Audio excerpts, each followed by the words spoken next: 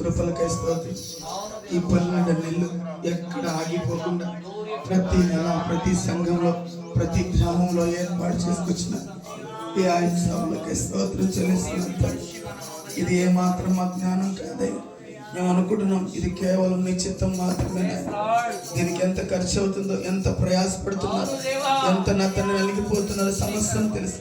కేవలం నీ మహిమార్థమే అనేకులు రక్షించబడాలని, అనేక గ్రామాలు నాయన సంఘాలు ఉజ్జీవింపబడాలని, విశ్వాసుల కుటుంబాల్లో మేలు జరగాలని సంకల్పించిన ఈ పనిని నా నాటికి వృద్ధి చేయండి ప్రభా.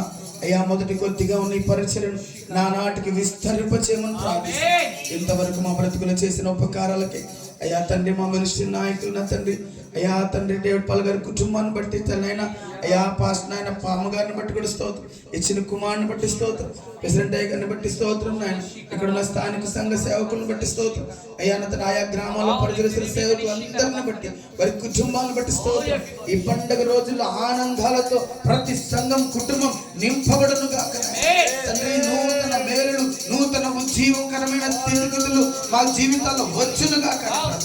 సహాయం చేసి మిగిలి ఉన్న కార్యక్రమాన్ని మీ చేతికి అప్పగించుకుంటూ యేసు పేరిట అడిగి ప్రార్థిస్తున్నాము తండ్రి.